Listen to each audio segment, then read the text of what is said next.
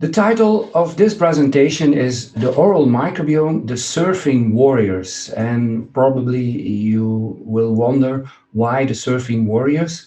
Well, until the very last slide, you will understand why we talk about the surfing warriors. But let's first start with something interesting to know about the microbiome is that the human body is the substrate for three different microbiomes. The first one is the gut microbiome, the second one is the skin microbiome, and the third one is the oral microbiome. Now, the gut microbiome has 500 different species, and one of the most important species in the gut is the Bacteroides. The skin has more than 1,000 different species, and here Staphylococcus, Corynebacteria, and Cutibacteria are the most abundant microorganisms on your skin. And the oral microbiome has 700 different species, mainly Streptococcus. Now, if you see these figures, you might say, oh, the skin has the highest diversity of species. In number, yes. But if you look at the surface, the skin has a huge surface. The gut has a huge surface, while the mouth is a small surface. And in this small surface, there are 700 different species. So the mouth has the highest diversity per square micrometer. And we will see that this has a special function. The gut microbiome is very individual. Each person can have a complete different gut microbiome. The skin is partially individual. There are many microorganisms that we all have. And the oral microbiome is universal. We all have more or less the same type of microorganisms. Now, the gut microbiome, that's the paradise for the microorganisms because they are shielded from UV light. It's very warm in the gut. There is a lot of moisture, a lot of food. This is paradise, which is completely opposite as for the skin. The skin is exposed to UV light, to dryness, to wind, to cold, to heat. And also the microorganisms on the skin, they have to be happy with the waste as food. They don't get so great food as in the gut. And the oral microbiome is a little bit in between. For instance, I'm talking now. So my oral microbiome is exposed to the environment. But you are all listening, so normally your mouth is shut and your oral microbiome is shielded from the environment. The food for the microorganisms in your mouth is the saliva. Now let's have a closer look to the microorganisms in your mouth. First of all, 600 microorganisms of the 700 are bacteria, mainly Streptococcus. And there are also some protozoa. Protozoa are bacteria without a cell wall and without a shape. We have like almost 100 different fungi in the mouth, which all have a function. And viruses, of course, are also in the mouth, but viruses are always pathogenic. Now, when we speak about the mouth, actually, there are three different places in the mouth that are completely different. And the first one are the teeth. The teeth are a hard surface that is constantly showered with saliva. The teeth have the highest diversity of your mouth. 600 of the 700 microorganisms live constantly on your teeth. Then we have the tongue. The tongue has a medium diversity and is mainly colonized by Streptococcus salivarius. And then we have the cheek, the palate. This is a very soft surface, which is very difficult for microorganisms to colonize. And there we have a quite low diversity. Now, what about the food that we eat? Can microorganisms eat our food? Because our food is very nutritious. Well, no, because our food is only a few seconds, maybe a minute in our mouth. And this is too short for the microorganisms to digest all this. Alcohol, when you put this in your mouth, this will destroy your microbiome. But the real food of the microbiota in your mouth is the saliva. The saliva contains everything microorganisms needs. First of all, glycoproteins. They have peptides, they have proteins, they have all the necessary vitamins, and even the saliva contains gases. Because the microorganisms in your mouth, they are not using the oxygen you breathe, they use the oxygen that is dissolved in the saliva. On top of that, the saliva is buffering the pH in your mouth. The pH in your mouth is a paradise pH for microorganisms. It's between 6.5 and 7. And at this pH, the microorganisms, the enzymes of the microorganisms have the highest activity. But the saliva is doing a little bit more than just feeding the oral microbiome. It's also protecting the oral microbiome, as it contains enzymes like lactoferrin, lysozymes, and also contains antibiotics. And the saliva also contains antiviral components like immunoglobulins. So the saliva is extremely important. And on top of that, the saliva has a secret weapon. But because it is a secret weapon, I'm not going to tell you what it is. Well, I'm not going to tell you what it is right now. Maybe you never thought about this, but the mouth is your most dangerous place, the most dangerous place of your body for contamination. Because in your mouth you will put deliberately food, and food is not sterilized. Food contains fungi, yeast, spores, molds, everything. And on top of that, you constantly breathe. And by inhaling air, you put spores, fungi, dust coming from the air in your mouth. And then this combination, food and air, makes that the mouth is the highest contaminated place of your body. The gut doesn't have that problem because the gut is behind the stomach, which is disinfecting. And the skin is also exposed, but we never deliberately expose the skin so much as the mouth. And let's be honest, we don't have so much problems in our mouth. How is that possible? Well, here we come to the oral microbiome. The oral microbiome defends us from all infections, all kinds of infections, not just infections in your mouth, but also from infections in your throat, in your lungs, from your heart, from your brain, from your liver. Actually, your whole body is protected by the oral microbiome. And how is the oral microbiome protecting us? Well, through a very expensive word, colonization resistance. What does that mean? Well, imagine that you go to parking and the parking is full. There is no place anymore.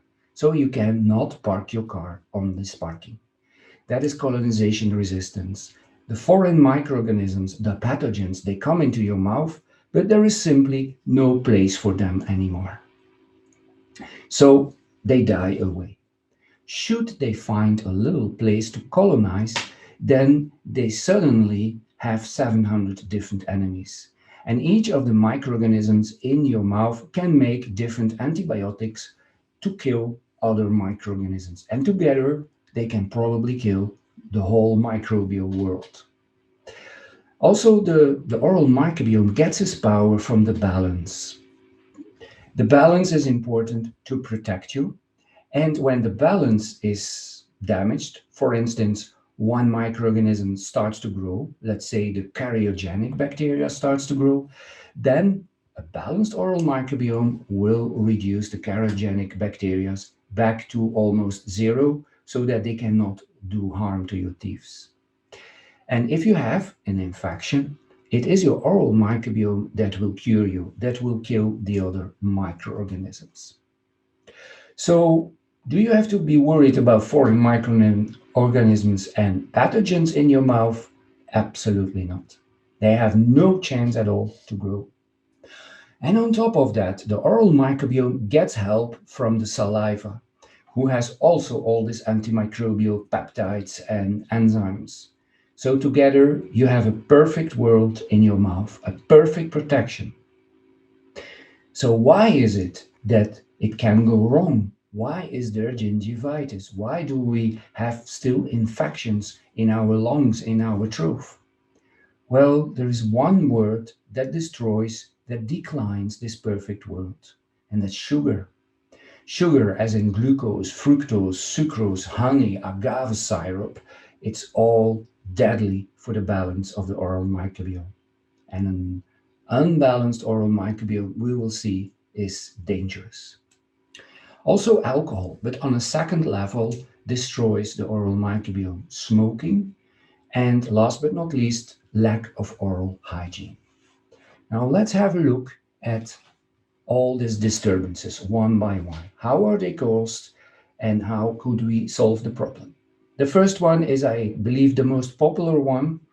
Well, not the most popular, the most notorious one is the caries and the plaque. The source of that problem is sugar, sugar, and sugar. Where does it start? Well, the sugar is the favorite food of the Streptococcus mutans and the Streptococcus sanguis. Now, the fact that he eats sugar is not really a problem, but he's transforming the sugar into dextrans. Also not a problem. But then he polymerizes these dextrans into glucans. Also not a problem. But these glucans, they attach themselves to your teeth, and this is what we call plaque. Basically, these glucans are a biofilm. Now, glucans are insoluble in water, in alcohol, in oil, in nothing. Actually, this is also not a problem, because you could say this is an extra protection for my teeth. But now it comes. Behind this biofilm, karyogenic bacteria can hide themselves. These karyogenic bacteria are shielded from the rest of the oral microbiome. And because they are shielded, they cannot be killed by the rest, so they cannot be controlled. And also the karyogenic bacteria, they love sugar, and they transform sugar into acid. The enamel of your teeth's calcium will dissolve by this acid and you will get holes, caries.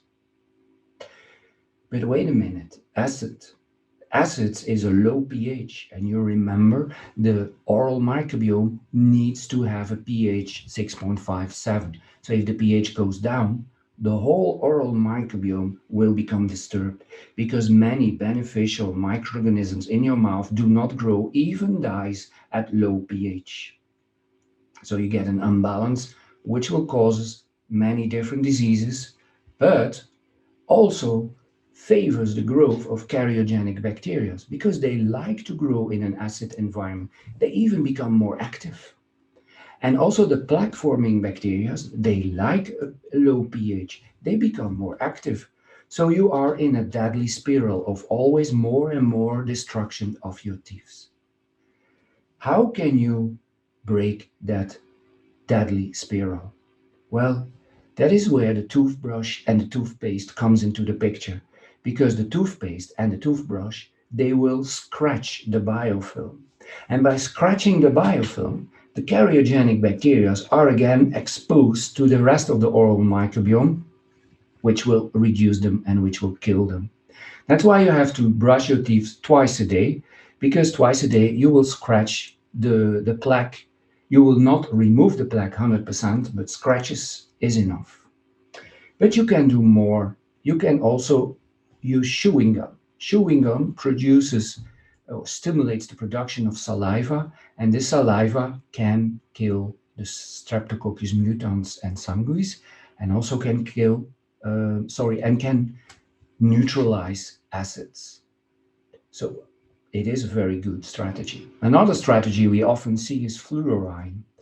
What is fluoride doing? Well, it's inhibiting the enzymes of the Streptococcus mutans and sanguis to produce dextrans, to produce the biofilm. But this is, in the whole story, a minor solution.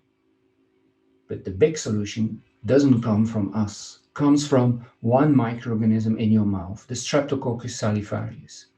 He can make anti-microbial peptides that will kill the Streptococcus mutans and sanguis when he becomes too important. But they can also kill lactobacillus bacteria, which is the main karyogenic bacteria in your mouth. And In the saliva, there is also urea present. The Streptococcus salivarius can transform the urea into alkaline ammonia, which will neutralize the acid. Saliva can only buffer, which is okay, but it's always better to neutralize acids. And this is what this microorganism can do. Now, if you see the activity of the Streptococcus salivarius, he acts on 3 points. Only he cannot remove the biofilm. That's why if we could help the Streptococcus salivarius while brushing our teeth, we have the perfect protection against caries. Actually, caries is a holistic approach. First of all, brushing your teeth is, I would say, number one. Fluoride, okay, it is good to do it, but if you don't use fluoride, that's actually also good. But more important is to avoid sugars, fermentable sugars. To stimulate the saliva is always a good idea, but up till now you have no means to do that. It would also be good to support the Streptococcus salivarius because he is actually the main regulator to avoid caries. And then a second problem in the mouth is the bad breath. Bad breath is a problem of 1/3 of the world population, and the problem is not located on your teeth but on your tongue. So even if you would brush 100 times a day your teeth, you would not reduce these bacteria at all. It's difficult to reduce them. Here are the names of all the suspects of bad breath. And here are the molecules they produce. H2S, methionine, ammonia, acetone. It sounds quite chemical, sounds still okay, but if I start to describe these chemicals, then I really have to use some nasty words like rotten eggs, farts, fecal smell, urine smell, fishy smell, dead rotten meat smell. Yeah, if all this comes out of your mouth, that's not really attractive. That's why it's a big psychological problem. Now, what can you do? Because brushing your teeth will not reduce them. Up till now, you cannot do so much against bad breath. The only one, or the only thing that can help, is again the Streptococcus salivarius. He's located on the tongue, precisely on the spot where are all the bad breath bacteria. And he has anti-microbial peptides for each of them. So if he becomes supported, then he can kill all this bad breath bacteria. When they are killed, then the smell will be gone and you can breathe again with a fresh breath. And then we have some unwanted microorganisms that are present in your oral microbiome, but who are suppressed by the others. And it's microorganisms who causes gingivitis and periodontitis. Gingivitis is a problem that starts together with caries and plaque. An unbalanced oral microbiome, for instance, an oral microbiome with a lot of Streptococcus mutans, will produce a lot of plaque, and then also other microorganisms, others than the Karyogenic bacteria, can start to hide to protect themselves from the rest of the oral microbiome. And this is, for instance, the Treponema and Fusobacteria. They produce endotoxins, enzymes that are really irritating to your gum, and they start to irritate your gum.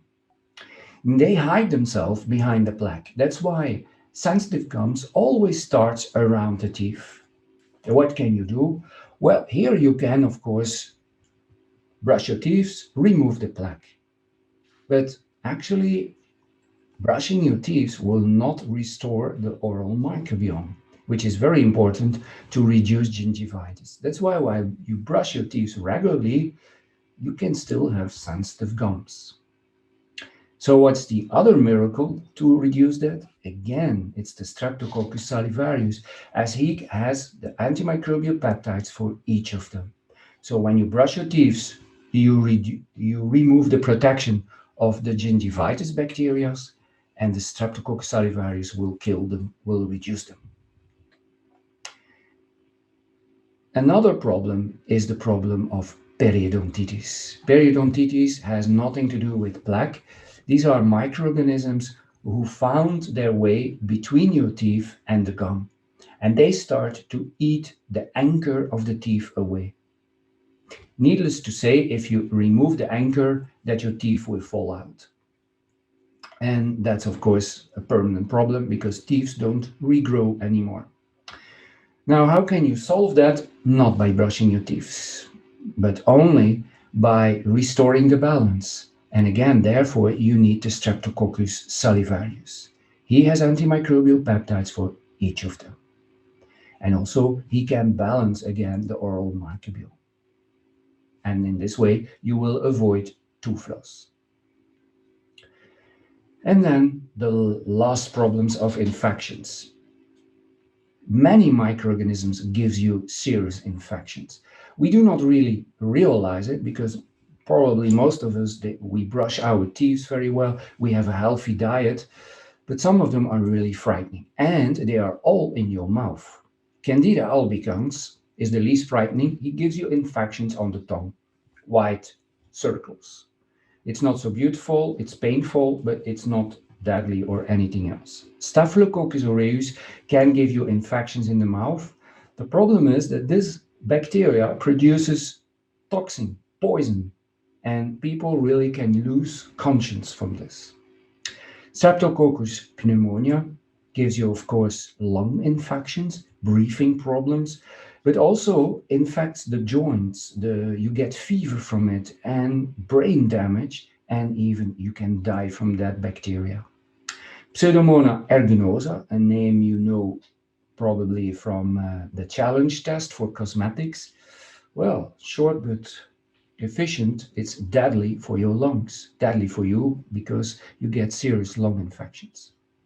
Streptococcus sanguis, the same one who forms plaque, will give you throat infections. But he's very nasty because he inhibits immunoglobulins, which is your main protection against viruses.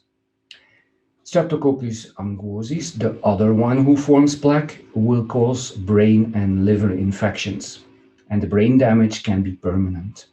And the worst of all is the Streptococcus mititis, who gives you heart valve infections. Nobody survives this kind of infection. And the last one, Streptococcus pyogenes, gives you throat infections. Now, let's be honest, of all these terrible things I said, you don't notice so much. Of course, if you die from it, you will not notice it anymore. But you never hear so much about these problems. Of course not, because we have a protection against them. And that's again the Streptococcus salivarius. He has antimicrobial peptides for almost each of them, except Candida and Staphylococcus aureus. But all the others are efficiently suppressed by the Streptococcus salivarius. But the Streptococcus salivarius can balance the oral microbiome, and an oral microbiome can take care of all the infections. And it brings me back to the beginning. The mouth is a dangerous place, but we have an amazing protector in our mouth. And when you think that's it gets even more mysterious because the oral microbiome is also associated with many chronic diseases. Only one chronic disease has been unveiled how the mechanism with the oral microbiome works, and that's the high blood pressure. It starts with eating vegetables. Vegetables like salad, spinach, they contain nitrates. They come into your gut, and in your gut, these nitrates are digested, they come into the bloodstream, and from the bloodstream, they come into the saliva. And nitrates is the favorite nutrient of our oral microbiome. The oral microbiome will transform the nitrates into nitrites. And these nitrites, they then come into your gut and they are transformed into nitrogen oxide. And this nitrogen oxide comes into your bloodstream where it makes the blood vessel supple. So the oral microbiome is partly responsible for your blood pressure, but it has to be a balanced oral microbiome. An unbalanced oral microbiome is not going to produce nitrites. And there are other chronic diseases connected to the oral microbiome. Immune suppression diseases, diabetes diseases, obesitas, cancer, Alzheimer, also losing your baby, arthritis, and high cholesterol. They are all connected to a microbiome, an oral microbiome out of balance. And in the right column, you can see the microorganisms responsible, not responsible for these diseases, but associated to this disease. What I personally like a lot about the oral microbiome is that we are all connected by the oral microbiome. We all have the same oral microbiome. It doesn't matter if you live in New York or if you are an Eskimo in Greenland or if you live in the south of Africa or Australia, we all have the same microbiome. Except age. There we are different. A newborn only has Streptococcus salivarius. After a few minutes, the baby is invaded, the mouth of the baby is invaded by Streptococcus salivarius. Some months later, he gets the company of Fusiobacteria. And when the teeth erupt, then starts the whole mechanism of more and more and more until you are an adult and when you have your 700 different species. Then you have a full production. And then when you're lucky and you become very old, you lose your teeth again, then you get the same microbiome as when you were 6 years old. But that's not so good news because you need the 700 species to protect you. So people who have no teeth have less protection against all these infections. That's also a reason why older people have more infections because their oral microbiome is not the 700 species. That's why keeping your teeth in your mouth is life essential. Now, to conclude, actually what I said is that it's extremely important to have an oral microbiome. And unlike other microbiomes, this microbiome has a protector, which is the Streptococcus salivarius. It protects the other microorganisms, it regulates, it's actually kind of manager of the mouth. Well, the secret weapon of the saliva, that is actually the Streptococcus salivarius. I just summarize here what I already said. He has antimicrobial peptides against all the plaque-forming bacteria. He has antimicrobial peptides against the major karyogenic bacteria. He has antimicrobial peptides to regulate microorganisms causing you gingivitis, so sensitive gums, and periodontitis. And he also is the only one that can reduce the bad breath bacteria. And he also can regulate the pH in your mouth so that the pH stays at 7, the best pH. But there is something there's something very strange. The Streptococcus salivarius is not on the teeth, he's on the tongue. So how can he from the tongue protect all your teeth? Well, it's because your tongue is like your skin. It disquamates. There are always little pieces of your tongues detached. And on these pieces of tongue are still the Streptococcus salivarius. And with some imagination, we come into the world of surfing. The surfboard is the piece of tongue on which the surfer, the Streptococcus salivarius, comes into the saliva, and the saliva brings him from teeth to teeth, from cavity to cavity. And that's how the Streptococcus salivarius works with the saliva to protect your teeth. That's it? No, because he still produces a powerful prebiotic, leaven. Leaven is a very good prebiotic to improve the digestion, to stimulate and to protect and to support your gut microbiome. Why is he doing that? Well, the gut microbiome is responsible for all the food in the saliva. And in this way, the oral microbiome helps the gut microbiome and the gut microbiome helps the oral microbiome. Again, a perfect symbiosis. So you see, you are very well protected. Now, I talked about many things from your mouth, but something that is extremely popular I didn't mention at all. Mouthwashes, antimicrobial mouthwashes. You will see in the next presentation why I didn't mention them so much. Because antimicrobial is not really the way to protect your oral microbiome. Now, if you would like to read more about the world of the oral microbiome, these are 15 very good articles explaining in detail. These are scientifically peer-reviewed articles about the oral microbiome. Actually, the presentation you had now is based on them and also a little bit on our own experience and tests we did. Well, thank you for your attention.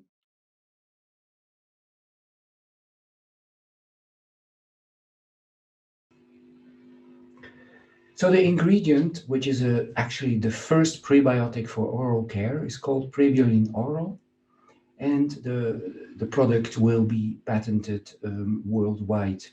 Because first of all, of the results, and also maybe from the first presentation, you remember that the Streptococcus salivarius is an important partner in protecting the oral hygiene, but we do not really have a tool to support to protect him from any other alcohol or glucose. Well, first of all, let's have a look what is PreBIULIN Oral. And then we will look what PreBIULIN Oral can do for you in your mouth. It's an ingredient derived from chicory root or sun root and partly derived from sugarcane and sugar beet. Now, sugarcane and sugar beet might maybe surprise you because these are the very well sugars that are actually unbalancing the oral microbiome.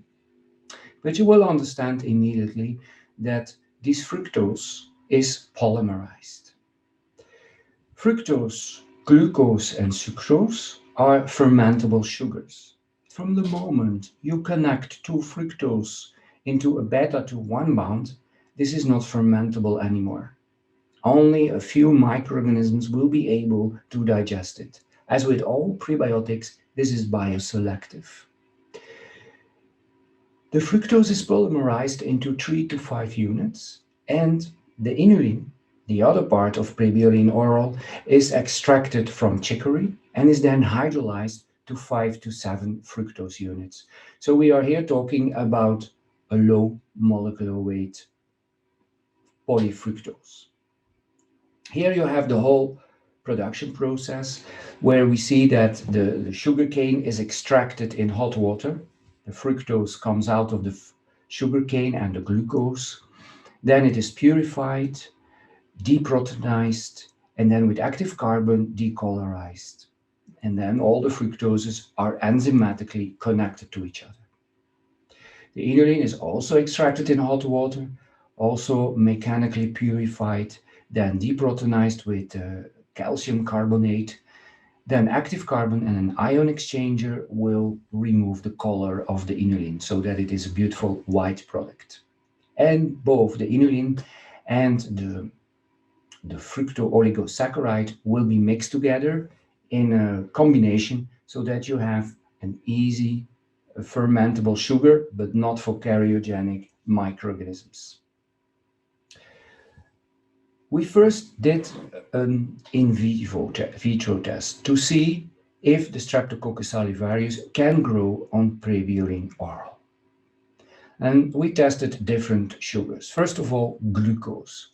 Now, glucose is not the food for the Streptococcus salivarius. And you see that only 6% grow.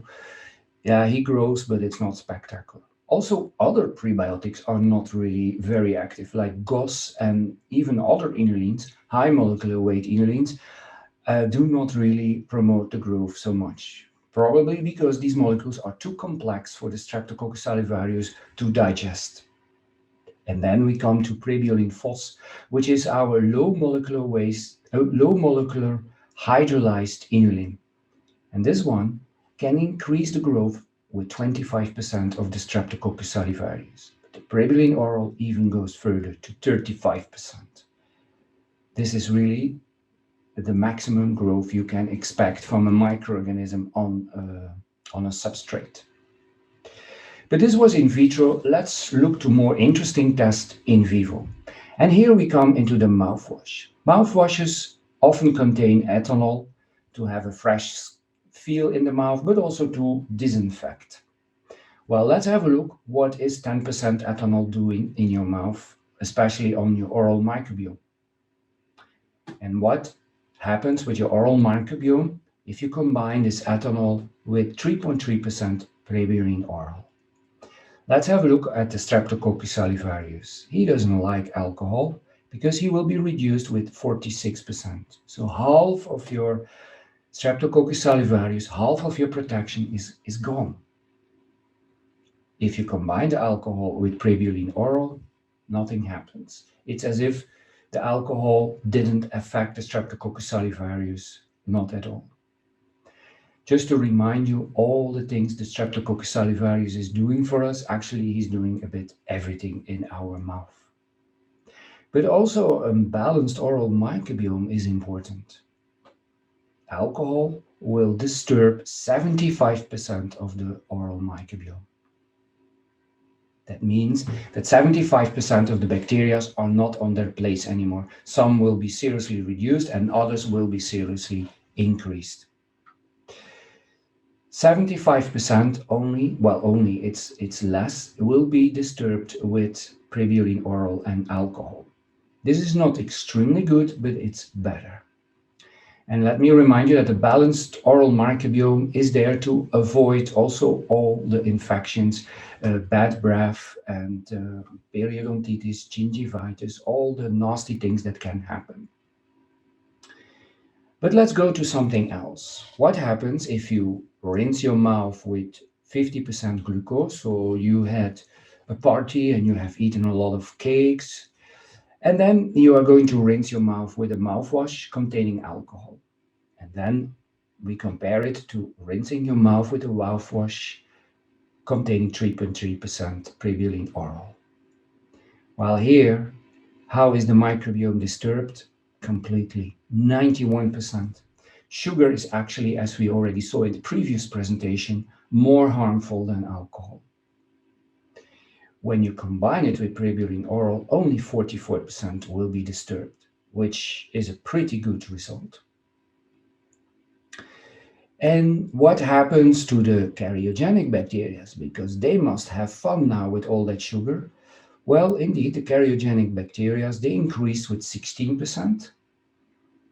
And when you combine your mouthwash with PreBIULIN oral, they are reduced with 10%. So also there, PreBIULIN oral pushes back karyogenic bacteria. The bacteria studied in this test were the Streptococcus mutans, sanguis, but also Bifidus, lactobacillus bacteria, and propionic bacteria, who are all karyogenic. And what happens if we drink soda like Coca-Cola, Pepsi? There you have the combination of a low pH and a lot of sugar, 12% sucrose and a pH of 2.7. Yeah, this is not the pH for a balanced oral microbiome. Well, here we disturb like 61% of the oral microbiome. If you rinse your mouth with PreBIULIN oral, only 35%. And what happens to the karyogenic bacteria? Well, they really have the party of their life because now they have acid and sugar. They grow with 60%. If you rinse your mouth with PreBIULIN oral, they don't grow at all. They stay, they are suppressed. Then a test not performed by us, but performed by a university about malodor. So let me remind you that these bacteria are on your tongue. And in this test, the university is following the bacteria responsible for bad breath, and they are also measuring the compounds coming out of the mouth. So the acetone, the pyridine, the methionine, all this kind of nasty compounds with a bad smell. People who have a bad smell think, oh, I'm going to rinse my mouth with water and it's over. What does that do? Well, this was also tested. Only 5% reduction you get, so not really very efficient. But if you rinse your mouth with inulin, then you seriously reduce the bad breath. This was after 21 days of use. So 21 days rinsing your mouth with inulin, and the control group 21 days with just water. When we look at the bacteria responsible for the bad breath, here they are, the anaerobic and the obliged anaerobic. This is the general name for all these bacteria. They are reduced with 60% with inulin. So the inulin has a dramatic effect on bad breath bacteria. And the Streptococcus salivarius was in this test increased with 60%. But what happens if you put PreBIULIN oral in toothpaste? This is a different structure because here there is a surfactant and you brush mainly your teeth. Well, we do the same thing. We are going to disturb the mouth with 50% glucose and then we brush our teeth. It's a commercial toothpaste that we used. And then what happens if you brush your teeth with that commercial toothpaste containing 3.3% PreBIULIN oral? Let's have a look at the Streptococcus salivarius. In the case of the, let's say, the placebo toothpaste, he's reduced with 26%. When the toothpaste contains PreBIULIN oral, he's increased, so he can better protect you from caries. What about the bad breath bacteria? Well, after brushing your teeth, they are increased with 123%. When you brush your teeth with PreBIULIN oral, they are still increased, but much less, 1/4 only. So this is a dramatic result. If you can combine this test a little bit with the previous test we saw from the university. Other bacteria that were studied in this test were these ones. They were a bit less than all the bad breath bacteria because the people in the test didn't have all the bad breath bacteria. And then what about the karyogenic bacteria? So you eat candies, you brush your teeth. Are the karyogenic bacteria removed by brushing your teeth? We know not, because we only destroy the biofilm with brushing your teeth.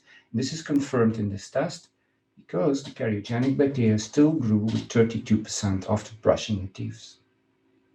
When you brush your teeth using PreBIULIN oral, only 2% increase. So they were completely pushed back. And what about the unwanted bacteria like Gingivitis? Gingivitis is pretty much affected by brushing your teeth, and we saw that he was reduced with 6% more or less. But when you brush your teeth with toothpaste containing PreBIULIN oral, it's much more efficiently reduced. And the same results you can see with the microorganisms responsible for periodontitis. They are increased with 300%. And with PreBIULIN oral only 70%. And here are the gingivitis and the periodontitis microorganisms studied in this test.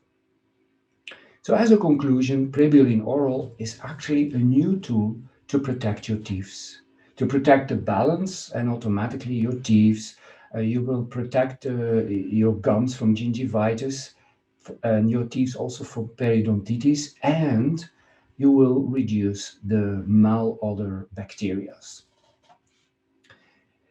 Especially for the teeth, you can now say protect your teeth against sugar consumption, alcohol consumption, while not completely protect, but seriously reduce the damage caused by our sometimes unhealthy diet. Generally, claims that you can use are you support the protective balance, you support the oral microbiome. This is definitely proven in vivo. You also protect and reduce sensitive gums, and definitely, again, you improve the oral hygiene, generally the oral hygiene. Now, what is PreBIULIN oral? It's a liquid. It's very easily soluble in water, and the main component is fructooligosaccharides, which is the fructose polymerized, stabilized with glycerin. These kind of products are not so easy to develop for oral care because they will always be accompanied by enterobacteria. And Enterobacteria is not a very good bacteria for oral care. However, they are stabilized with glycerin to assure that you have a perfect microbial purity. Here is a kind of formula in which we use 5% PreBIULIN oral. You can, of course, use more because the product has a sweet taste. So it will improve the taste also of your toothpaste or your mouthwash. Thank you for your attention.